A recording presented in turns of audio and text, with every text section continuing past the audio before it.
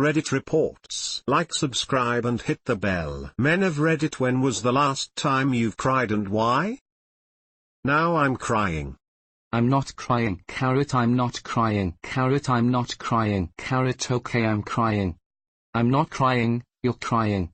I was 5 or 6 when I had my first existential crisis. I was taking a shower and realized everyone I loved would die at some point. I'm just grateful I've been able to spend as much time as I have with my parents and grandparents and stuff. I lost a friend last year. I really do understand it's a pain like no other. Every time I consider suicide I cry thinking about him and remember the pain it caused for all of my friends. Woke up at 4 a.m. after dreaming my dad told me he has days to live. Then realized he is actually dead. I have those dreams about my nan and my granddad. They suck so bad. The realization when you wake is just such a gut punch. It really is. I was wailing. Haven't cried that hard in a very long time. I hate dreams like that, when you wake up and realize the reality of things and it sucks. My husband has been dead for over 5 years. I still have semi-regular dreams where he's left me, and I spend the dream feeling horrible and trying to get in touch with him. Then I wake up and realize he hasn't left me, but he's dead. Sigh. I had to put down my house cattle dog. It was just me and her for 12 years, and then I got married and she got sick shortly after. Worst day of my life since my grandfather passed. Added. Here's a pic of her that was usually my phone's wallpaper. Sadie, https://imager.com/gallery/shax91 by 9 ad. She left knowing you have a new forever companionship with your spouse. Thanks. I think that too sometimes. Death of a beloved animal is so uniquely agonizing. It always feels like they should have more time. You'll see your puppy again someday. In the meantime, I'm so sorry for your loss. Month ago, was yelling at my kids because they were misbehaving and I put them to bed early. Broke down afterwards and cried on the stairs. Knew I didn't have to yell as much and said some unnecessary things. Wife talked with me on the stairs and it turned into a turning point in my life, and I'm doing much better with the discipline. It's never too late to apologize and explain to your children why you were yelling. This is so right. One of my most vivid childhood memories is of my dad apologizing to me for having yelled at me unfairly the day before.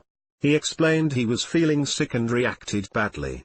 It will show your children you respect them, and they will respect you more back.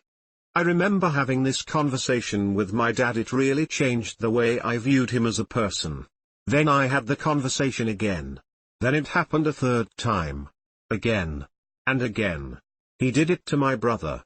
My mom.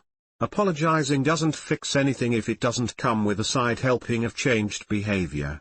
The only thing my father's apologies taught me is not to accept apologies until a person has demonstrated they actually understand what they did was wrong and works on not letting it happen again. At least he managed to accidentally teach you a pretty good lesson. My daughter was born the start of last year. Think I must have cried for a solid hour. Get ready, man. I teared up last year when my son was born. Not a full-on cry, but unexpected emotions. Last night I was feeding my now 10-month-old, and he was in turn feeding my old Doberman, and it just hit me like a wave. Everything was perfect in that moment. My wife started crying because she had never seen me cry. Then my kid started laughing hysterically and my dog barked so loud that he forced a fart out. A perfect moment. Pure unbridled joy. I'm so happy for you all. My ex-fiancée left me after I spent 9 days in the hospital battling dual pneumonia and almost dying. Other comments. Some people use anger at an ex for doing a shitty thing like that to propel themselves forward, and if you can get angry, do that, for yourself, when you're ready. But if right now all you can think about is how they're not a shitty person even though they did that shitty thing, and how you miss them, it's okay to feel that too. I think post-breakup feelings are often more complicated than they suck. Fuck them, dodged a bullet, and sometimes you gotta feel all of it, the anger but also the love, to get through. Sorry that happened and hang in there. When my GF broke up with me through a phone call after 6 years. Just couldn't hold it together. Edit, thanks for all the kind words and such. It's been a few weeks and I feel a bit better by now. We also met up and talked about it a bit. The sadness and frustration's still there, but she found the guts to talk to me about it personally and I appreciate that. Says she wanna stay friends and all that stuff but whatever, no idea how that's supposed to work out. Definitely can't just pretend nothing happened lol. I'm in the process of moving out and had quite the shitty day, so thanks again. Really appreciate. Hope shit gets better for all of you commenting that you experienced the same. Same bro. I feel you. Stay strong. This guy's girlfriend broke up with you too? She's on a mean streak. It's not you, it's her.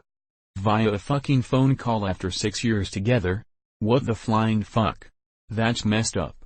After 8 years I got rewarded with a 10-minute conversation that basically went, I don't want to try to fix anything. I don't care that I literally just had you leave your job you liked and move 16 hours away and now you have no social group or support. It was real fucking shitty. Especially with her suddenly saying I'm a terrible person because I was working so much before trying to save up money for us to move after she lost her job instead of spending the money on her. And also I took too long to move us up, so I was also a bad guy for that. Terrible experience all around. Last week at our first ultrasound, wife and I have had 2 miscarriages and we had an appointment and saw the heartbeat. This little peanut has stuck around the longest so far. Fingers crossed. May the pregnancy be smooth, healthy and uneventful. Greater than may the pregnancy be smooth, healthy and uneventful. Uneventful. Baby comes out cool I guess. Yes. We miscarry twice as well. We have 18-month triplets now. We'll be sending good vibes for you. I cried last night. About 2 years ago my dad received a Parkinson's diagnosis, and he is not responding well to treatment, and doesn't take care of himself. I started writing about him, what our relationship was and what it could have been, and sobbed. A lot. I can't say I've cried recently, but I write every day. Been doing it for years, and I have to say, it's the single most meditative process I do. It's almost pharmaceutically therapeutic to write things down and reflect on the words instead of abstract ideas in your head. Granted, I've never gone what you're going through, but writing daily has certainly helped me get through issues and problems, and it's even shed light, sometimes, giving me answers. Writing distills, crystallizes, and clarifies thought and helps break the whole into parts. It takes practice, but I'd recommend it to everyone. Hell, even some of the most badass men in history have had diaries. Theodore Roosevelt, Shackleton, Muir, AskReddit. A lot of people are asking about my process. I have a few separate Google Docs. A daily, monthly, and a master.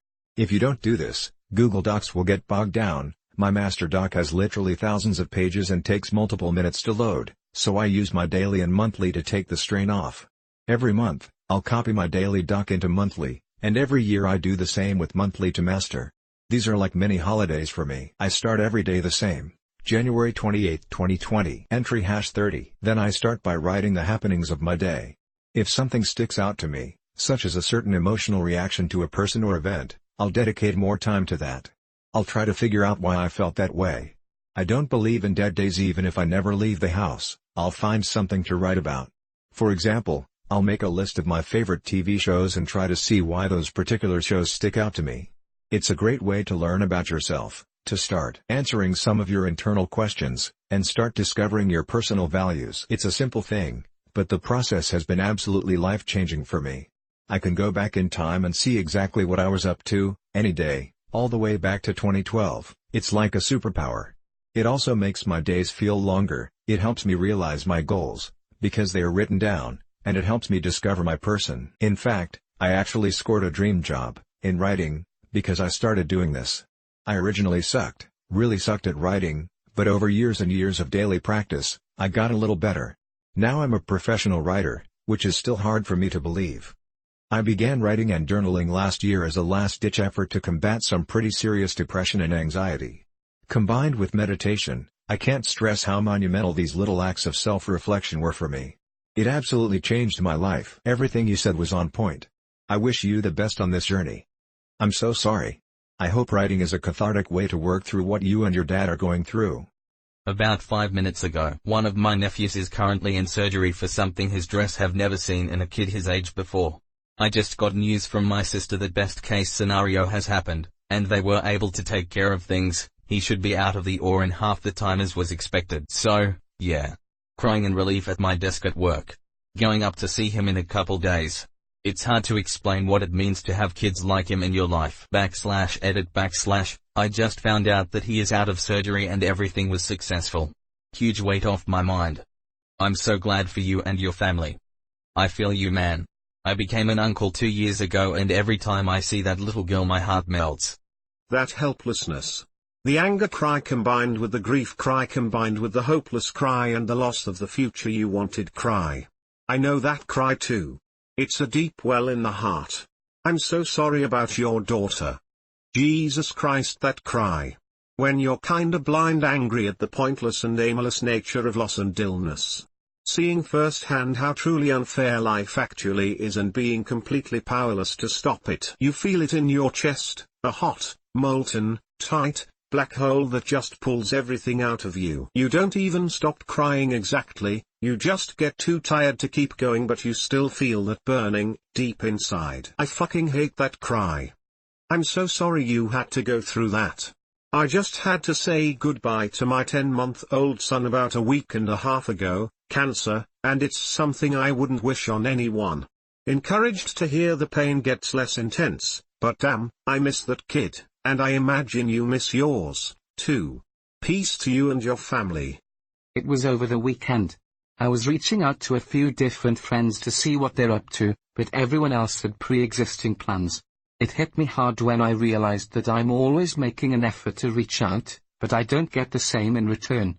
I do a lot of the work, and when I try to make plans, there's always something that comes up or they're too busy. I'm right there with you, man. Me and my friends have a group chat that we rarely use ever since one of the main guys in the friend group, the one that bring us all together, went off to the Marines, and now I get Snapchats of my friends all hanging out and I have to text about 5 of them individually before I get a response and an invitation. Makes me feel unwanted.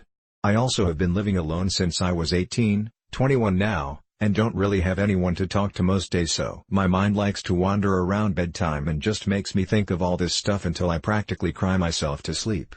I have since stopped bothering to reach out to hang out with them and am now left alone pretty much every weekend. Edit. Thank you for all of the kind responses. I will respond to the comments I have received so far by providing more information here. I play on a rugby team and have for the past few years, however the season is only spring and fall and most of them are a few years older than me. While we do meet up for events every so often, most of the time we just have our own lives at the end of the day. I stopped playing video games. I've had a full-time job for 3 years and played Counter-Strike pretty competitively, on a league team and everything, but eventually it just began affecting my career and I was more miserable playing than I am not. I recently stopped playing in January, right before the next season. I do watch a lot of movies and television now that I don't play video games much, but I'm not really the type of person that likes sitting inside. I go to the gym 6 days a week and try to get out while I can, but I live in NY where it's pretty cold for outside activities alone. I don't live close enough to NYC to travel there affordably as often as I'd like. It's about $100 in Uber fare by 12 a.m. I do have coworkers and whatnot that invite me out pretty often and I try my best to go, but it's difficult because of what I had said above.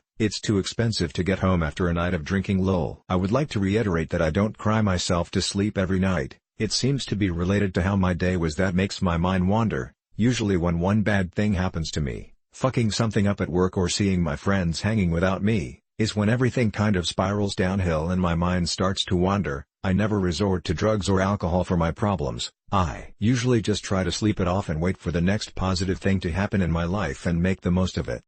That sounds really shitty, but I do know the feeling. My only piece of advice I can offer is learn to cherish that alone time. Treat yourself, man. Watch a nice movie, relax, play some games, do something like go travel to a forest and spend the day walking. Look for the opportunities to relish the free time. Go spend a small afternoon in the pub, relax with a little drink or go for a meal. Look at the brighter side of these activities rather than the alone side. I can also promise that you'll meet a handful of people doing the same as you, and who knows, maybe you'll become friends with those people. Started to happen to me over the last 3 months. Now I'm just trying to be happy with myself and learn to be more lonely because I still can't understand what is going on. I always gave my best to make my friends enjoy being with me and make them happy, but I guess they just don't care about me. I'm very much a pleaser myself, so I understand exactly what you mean. I've tried joining different groups for the various hobbies I enjoy, in hopes of making new friends, but it's tough to break through to a new group as an adult. Exactly this. Making new friendships when you are already an adult is so damn difficult. I feel you, man. You need new friends and you will get better ones.